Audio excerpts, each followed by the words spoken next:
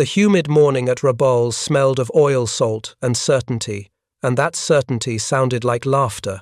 A scarred ace with one good eye skimmed an intelligence sheet and scoffed at a new American fighter that to him looked like a flying mistake, heavy as a bomber, wide as a transport, a machine that surely could not dance with a zero.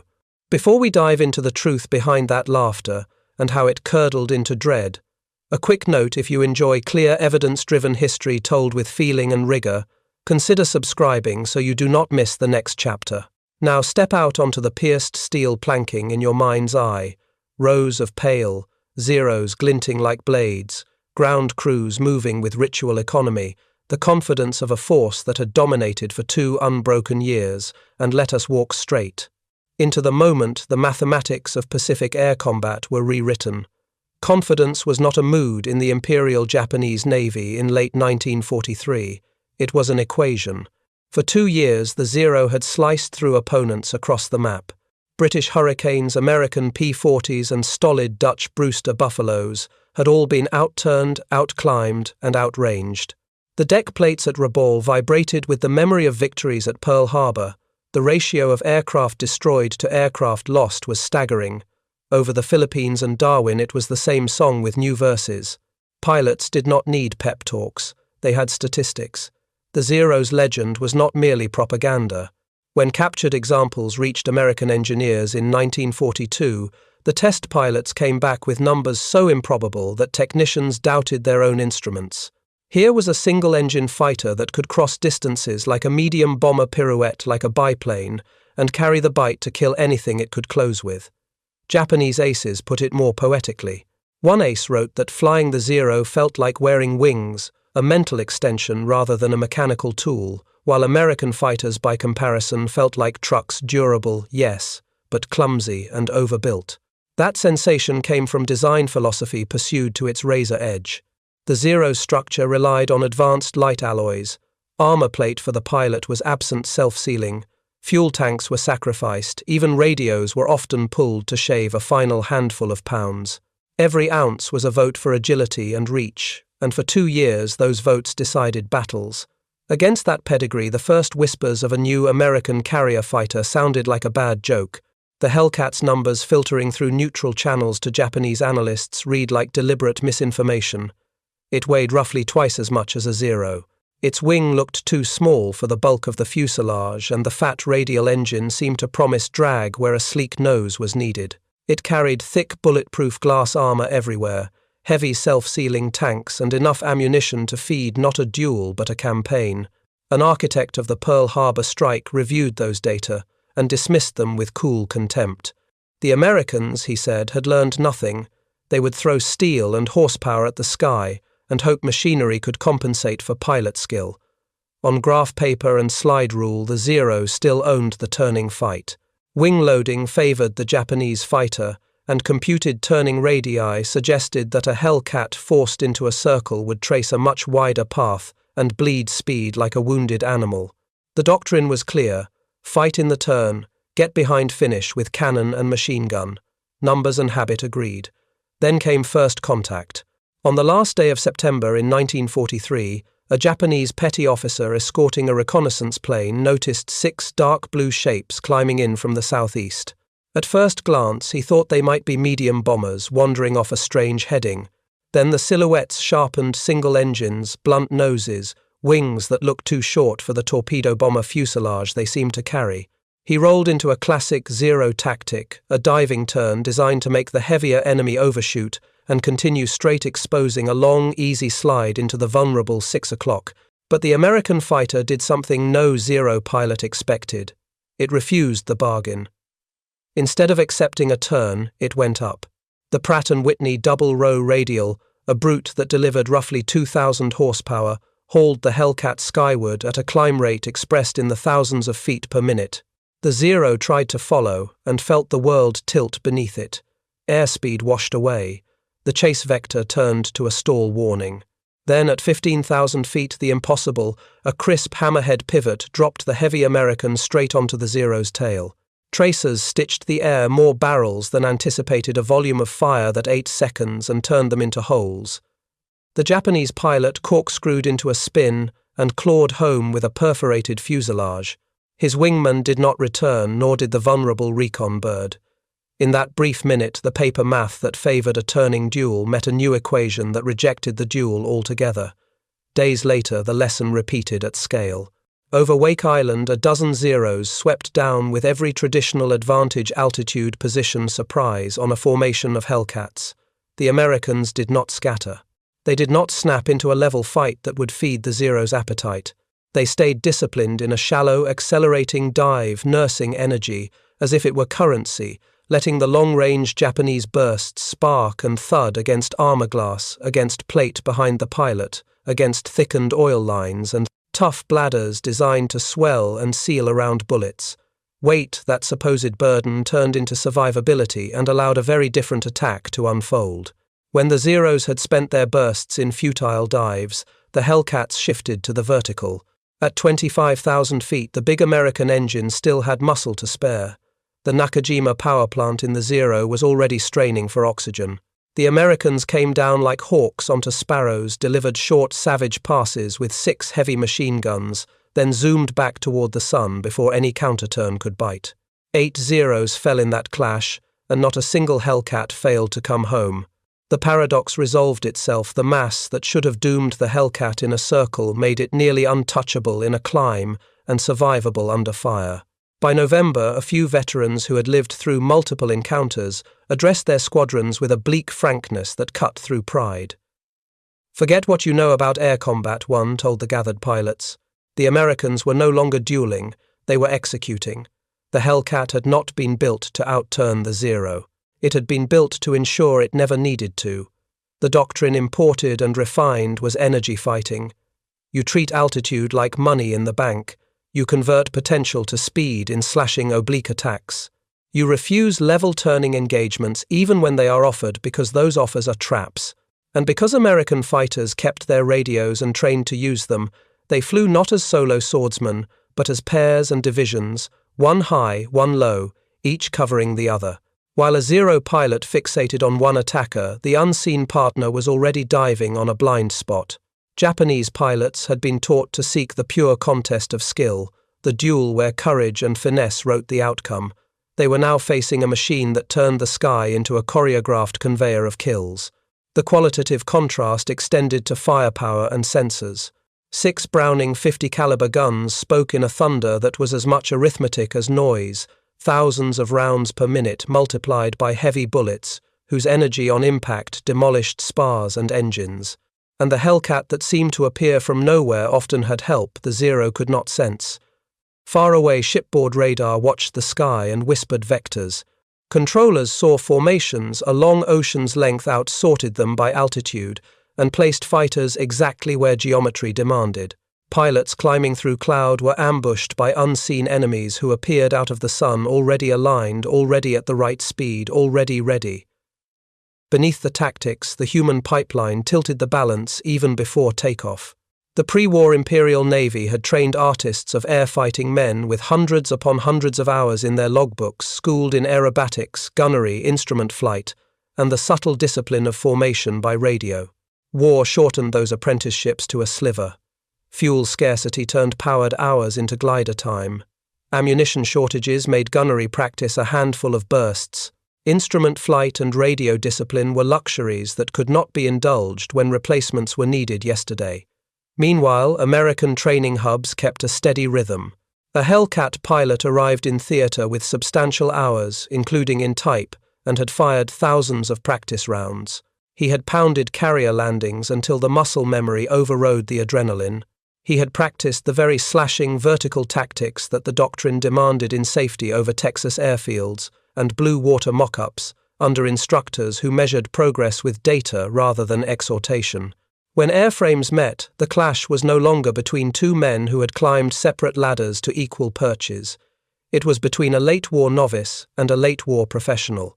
In the weeks after those first shocks, the gulf widened. Combat camera reels and hard returns from massive operations peeled away the last comforting illusions. Near Formosa, Japanese claims of carriers and battleships sunk read well in dispatches, but gun camera frames and missing man tallies told the true story. American losses were measured in a few handfuls of aircraft. Japanese losses were numbered in the hundreds, and still more devastating was the quality of those losses the experienced corps burned out in one campaign. The pattern repeated wherever the Hellcat met the zero under the rules the Hellcat imposed. Radar set the engagement discipline, preserved energy armor, absorbed what could not be avoided altitude, converted to speed, and paired attacks turned duels into timed executions.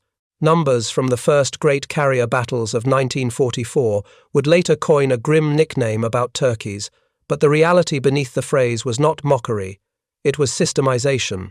The adversary had turned air combat into an industrial process. That process rests on a simple truth, that the Rabal laughter had missed weight can be a virtue when it buys time and options. Armor is not inertia, armor is second chances. Self-sealing tanks are not dead weight, they are the difference between a spark and a funeral. A surplus of ammunition is not a boast, it is resiliency across a long sortie against multiple threats. A radio is not clutter in the cockpit, it is a nerve that connects a pilot to a larger brain, one that sees beyond the next ridge line. The Hellcat's refusal to be lured into the only contest the Zero could reliably win was not cowardice, it was clarity. Discipline is not a lack of courage. It is courage put on a schedule that favors survival and victory. Within months, pilots who had once dismissed a bloated fighter learned in brief, violent lessons that the sky had changed shape. Encounters with Hellcats no longer promised a duel, they promised a calculation. And in that calculation the outcome bent relentlessly toward the machine that conserved energy, shared vision, and protected its pilot long enough to bring him home and to bring him back tomorrow with more experience, more cohesion, and more. Friends on the radio. If you look back to the start, one ace, one sheet of paper, one laugh, you can already hear the counterpoint building. It begins with a climb that should not have been possible, a hammerhead that should not have worked, and a burst of fire that should not have been there. It grows through formations that do not scatter through armor, that does not shatter through a tall column of air where one engine still breathes easily while another gasps thin and hot. It drifts across a planning room where a veteran tells young men to forget everything they thought they knew because the enemy has chosen to fight a different fight at a different speed on a different plane. And it hardens into doctrine, take the altitude, keep the speed strike once with advantage, and climb away without apology. The mathematics of supremacy do not care what a fighter looks like on a briefing room chalkboard. They care what happens when metal meets gravity and intention meets reality. On that ledger, beginning in the autumn of 1943, the Hellcat began to write in a steady hand. The pattern that had begun as a shock over Wake Island soon hardened into a system of dominance. The key was not just machinery or horsepower, it was organization.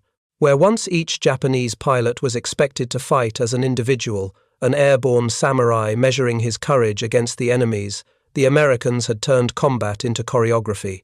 Two Hellcats worked together, one high, one low, each an extension of the other's vision. When the upper fighter dove to attack, the lower was already climbing to guard his tail. Radio chatter, clear, disciplined and practiced, stitched these pairs into a moving web that covered miles of sky. It was the difference between a duel and an orchestra. The Zero pilots, brave to the edge of madness, still flew by intuition and eyesight reacting to what they saw in front of them. The Hellcats flew by networked direction, each pilot both hunter and hunted inside a system that always knew where its pieces were. That difference multiplied in every engagement. 6 Browning heavy machine guns snarled from the Hellcat's wings, each spitting roughly 750 rounds per minute. Together they poured more than 4,000 rounds every minute, a metallic waterfall of fire. Each bullet weighed nearly 2 ounces and struck with energy measured not in finesse but in physics, enough to tear through wings, engines and flesh in seconds.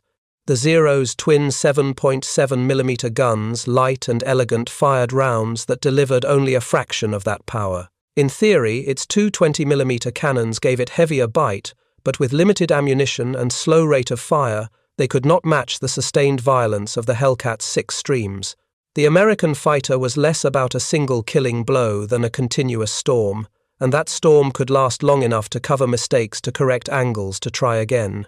More deadly still, the Hellcat rarely needed to look for its prey.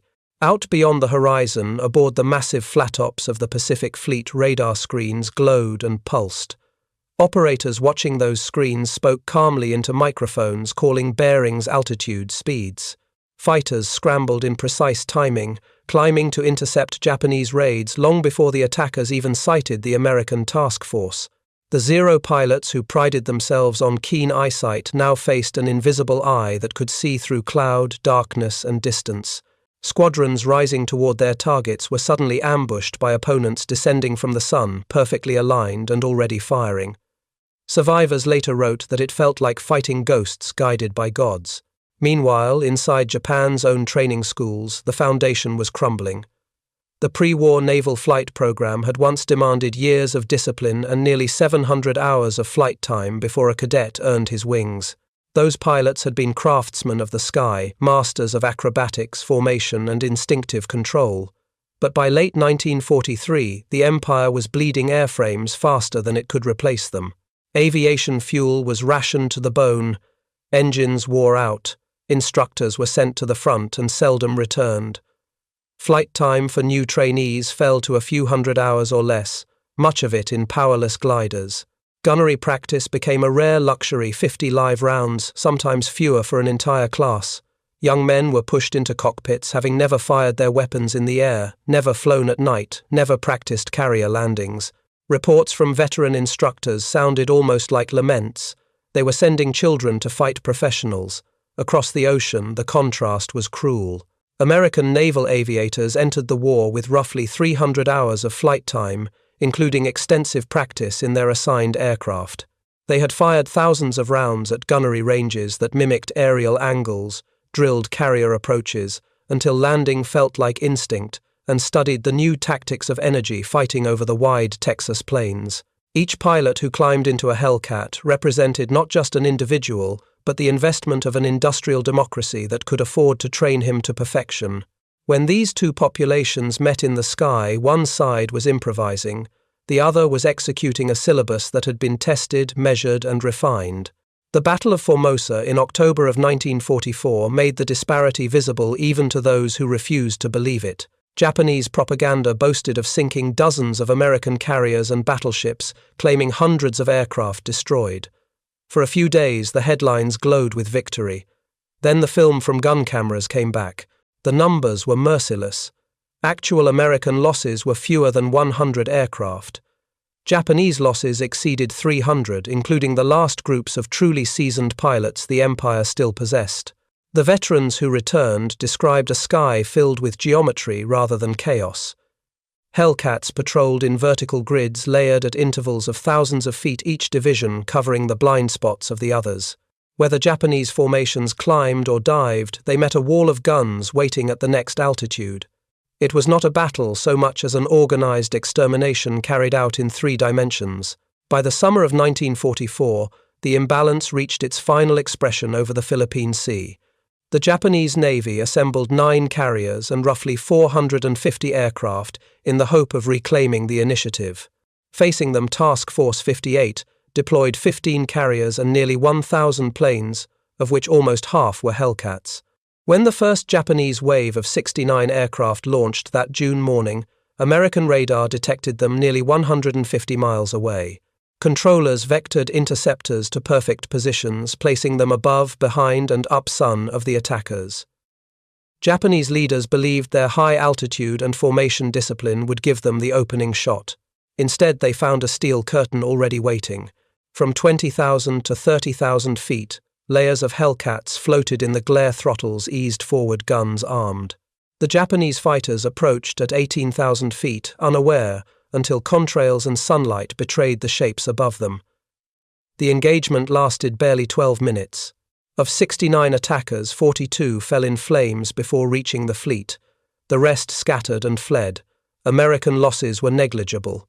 As more waves arrived through the day, the pattern repeated. Hellcats performed high-side runs, diving from superior altitude, firing in short, devastating bursts, then climbing away at steep angles before any Zero could follow. Japanese pilots tried to turn or climb to pursue, but the maneuver ended the same way, each time stalled engines, spinning dives, parachutes that rarely opened. By sunset, more than 300 Japanese aircraft were gone, while fewer than 30 American planes of all types had been lost. Pilots back aboard their carriers that evening joked darkly about a turkey shoot. The phrase would linger shorthand for a massacre that was neither lucky nor accidental but planned in every vector. Yet even as statistics confirmed, the disaster knew records of individual prowess showed how completely the balance had tipped.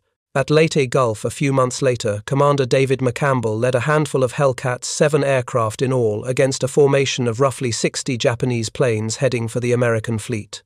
For an hour and a half, the sky became his proving ground. He shot down 9 enemies in that single mission, 5 Zeros and 4 bombers, while his wingman Roy Rushing destroyed 6 more. Not a single Hellcat was hit. McCampbell had run out of ammunition before he ran out of targets. His performance earned him the Medal of Honor and sealed his reputation as the Navy's ace of aces, but more than that, it symbolized the complete reversal of air power.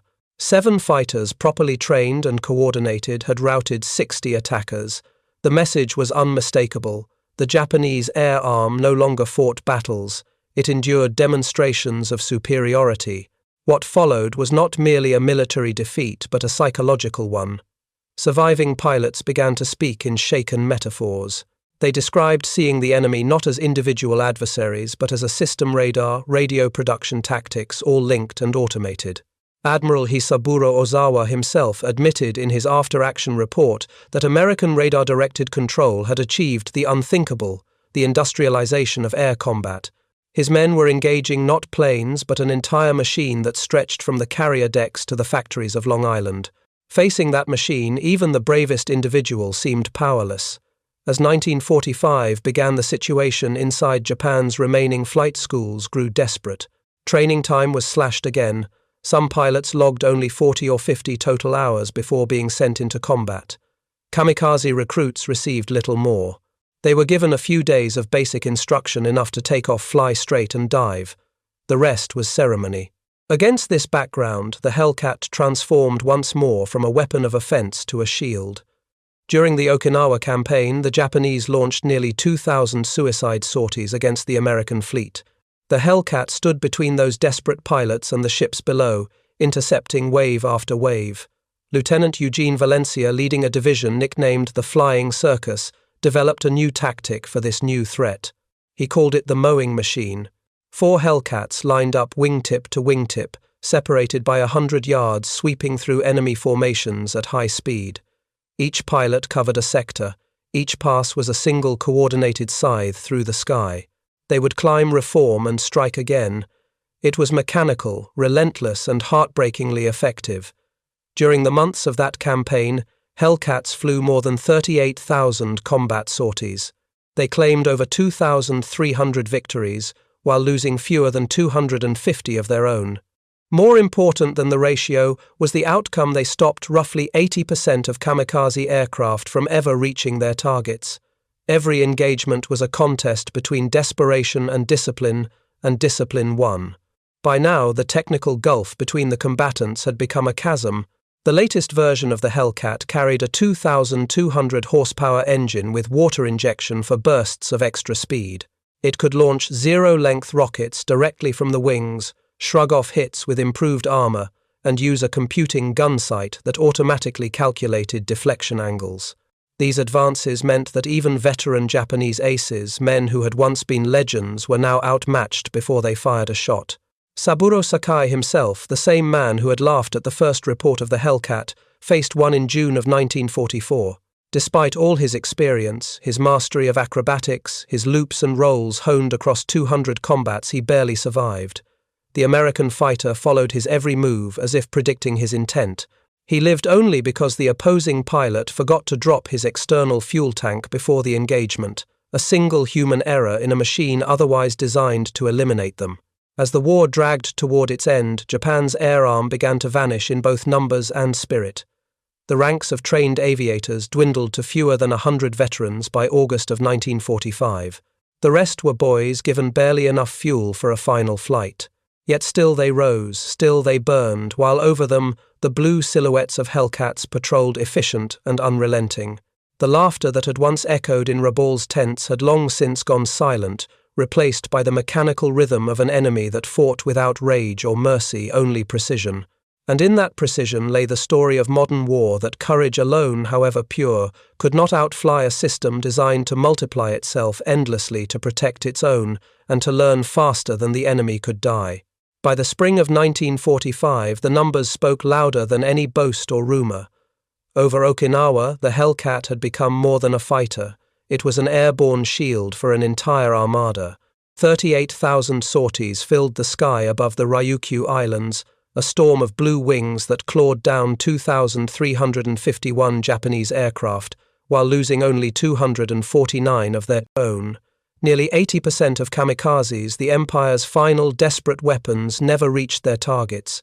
Each interception was a cold equation of speed, altitude, and firepower solved before the enemy even saw the fleet. Pilots who returned to the carriers after those battles carried with them not only victory but an eerie realization: the war in the air was no longer a duel of wills. It was an algorithm perfected by industry, training, and science. The gap in technology had by then become an unbridgeable canyon. The latest Hellcat variant, the F6F, introduced refinements that widened the advantage beyond reach. Water injection systems boosted its Pratt & Whitney double Wasp engine to more than 2,200 horsepower for short bursts. Zero-length rocket launchers transformed it into a dive-capable interceptor and strike aircraft in one. Improved armor protected vital systems, while the new K-14 computing gun sight automatically calculated lead angles and deflection, letting pilots shoot with mechanical precision rather than instinct. The Zero's evolution had reached its ceiling years before. Japanese designers could not match the metallurgy, the mass production, or the analytical testing behind such advances. The air war had evolved into a contest of innovation speed, and Japan's tempo had slowed to a crawl. Even the legends who had built the Empire's air mythology were not immune. Saburo Sakai, who once mocked American engineering as crude and clumsy, finally met the Hellcat in June of 1944. He threw his aircraft into every trick he had mastered: loops, barrel rolls, split-S dives, scissors, turns, but the American fighter followed as though reading his thoughts. The duel ended only because the Hellcat pilot made a single mistake. He forgot to release his external fuel tank before combat a drag that slowed his turn long enough for Sakai to escape. The veteran's skill had saved him, but not through mastery, through the enemy's human error.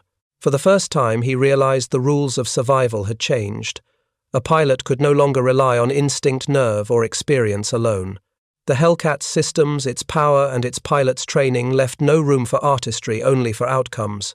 When the tallies were finally counted, they defied belief. The F6F Hellcat destroyed 5,223 enemy aircraft in aerial combat, while losing only 270 to enemy fighters. It produced 305 U.S. Navy aces and accounted for nearly 3/4 of all American naval air victories. The ratio 19-1 overall stood as a statistical monument to the precision of design and the scale of the system that had created it. Behind those numbers was the quiet obliteration of Japan's veteran cadre. By August of 1945, fewer than 100 combat-experienced naval aviators remained alive. The rest were either dead, grounded, or replaced by boys with a few dozen hours of training and a prayer disguised as a mission plan. Desperation had driven Japanese command into the final arithmetic of death. Vice Admiral Takejiro Nishi, the architect of the kamikaze strategy, expressed it in blunt logic. If a Zero attacked conventionally, its chance of sinking a carrier was nearly zero. The Hellcats would intercept it. The gunners would finish what the fighters missed. But if the Zero became the bomb, the probability of a hit rose to 30%. The pilot would die either way, so at least his death might carry meaning. Thus, strategy became sacrifice, and skill was replaced by certainty of destruction. Even the Empire's greatest ace could not escape the spiral. Hiroyoshi Nishizawa, who had once claimed more than 80 victories, and whose diary described the Zero as an extension of his own body, escorted the first official kamikaze mission in October of 1944. The next day he was a passenger aboard a transport when Hellcats from the carrier Belleau Wood intercepted it.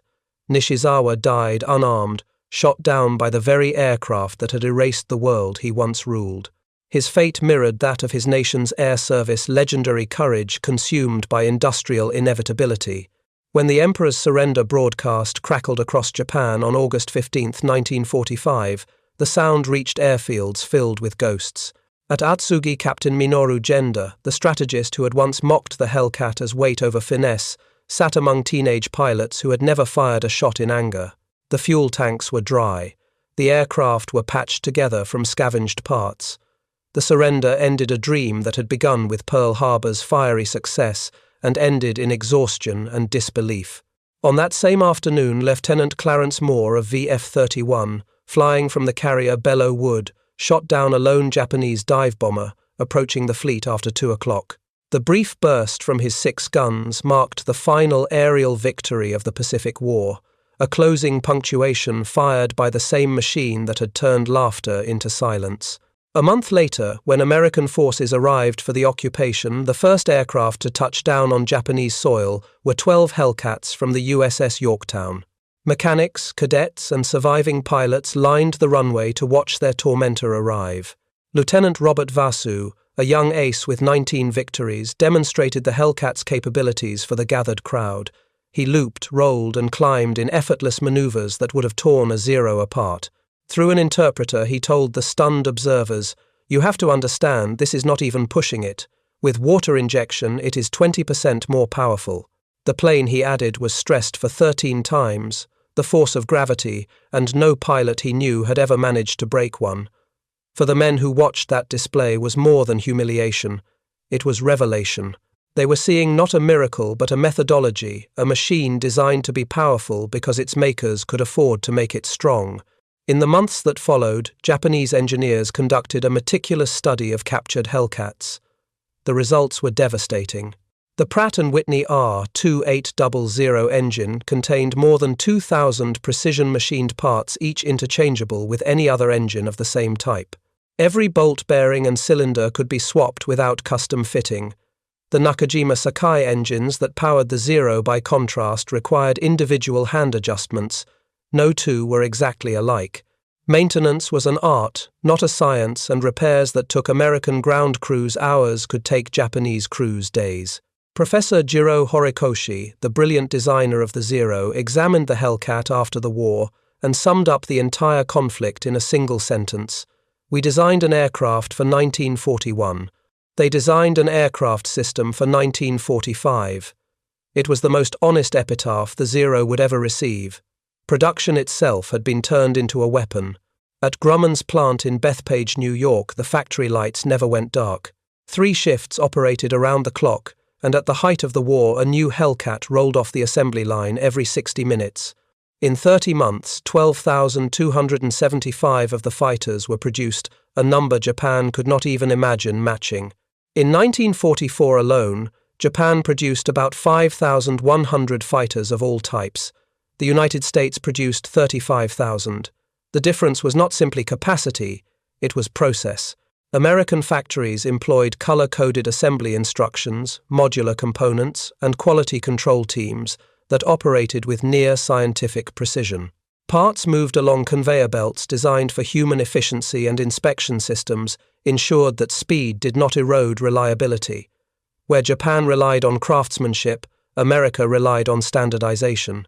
Both produced beauty, but only one could produce victory. That abundance transformed strategy itself. Before the Hellcat naval doctrine considered aircraft carriers vulnerable instruments, powerful but fragile, dependent on striking first to survive. The Hellcat reversed the logic. With its reach, armor, and radar coordination, the carrier became a fortress capable of absorbing attacks and launching counterstrikes at will. Admiral Mark Mitcher, who commanded Task Force 58, put it simply, "With the Hellcat, we do not need to find them first. Let them come." The words defined a revolution in naval warfare. American carriers could now anchor off enemy coasts for weeks, protected under an umbrella of air power so thick that enemy sorties dissolved before reaching weapon range. Offensive operations became routine, not gambles, and sea control became synonymous with air supremacy.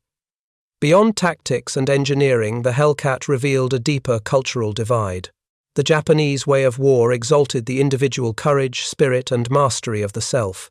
The samurai ideal treated death not as defeat but as proof of devotion. The Hellcat embodied a different philosophy entirely. It was built to preserve the pilot, not sacrifice him, to multiply the effectiveness of the group, not celebrate the singular hero. Its design favored redundancy, communication, and cooperation, the values of an industrial democracy.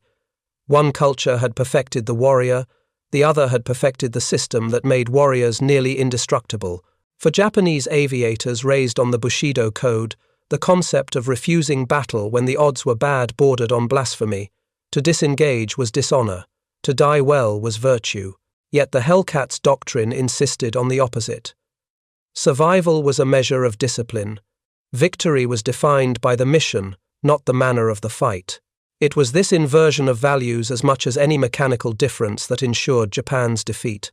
A philosophy built on personal valor could not adapt to a world in which success depended on interlocking technology, teamwork, and sustainable logistics.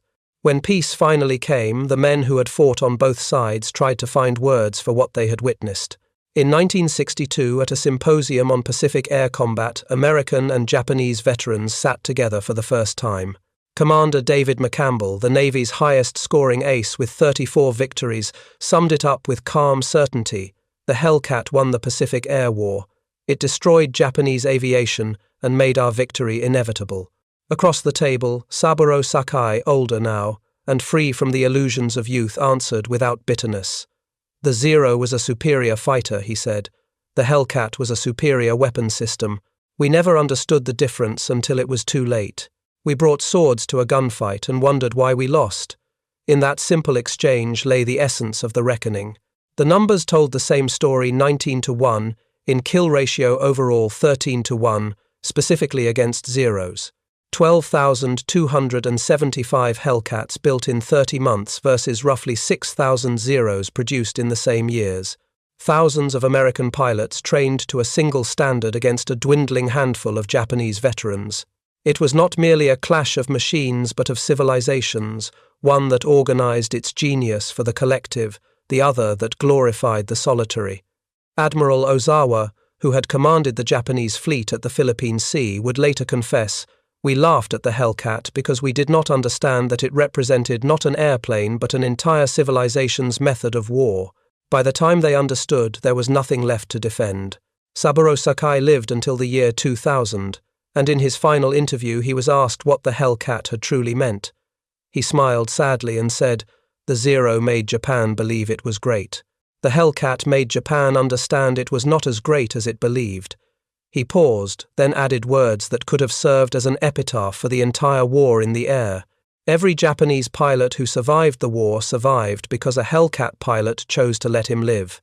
That is the ultimate defeat, to exist only by your enemy's permission." The Hellcat entered service twice as heavy as the Zero, burdened with armor, weapons, and systems its rivals mocked as excess. Yet every extra pound was an expression of strength, not weakness, a testament to a nation that could afford to protect its warriors and train them endlessly. The laughter that greeted its debut at Rabaul had long since turned into final letters home, into kamikaze dives, into silence.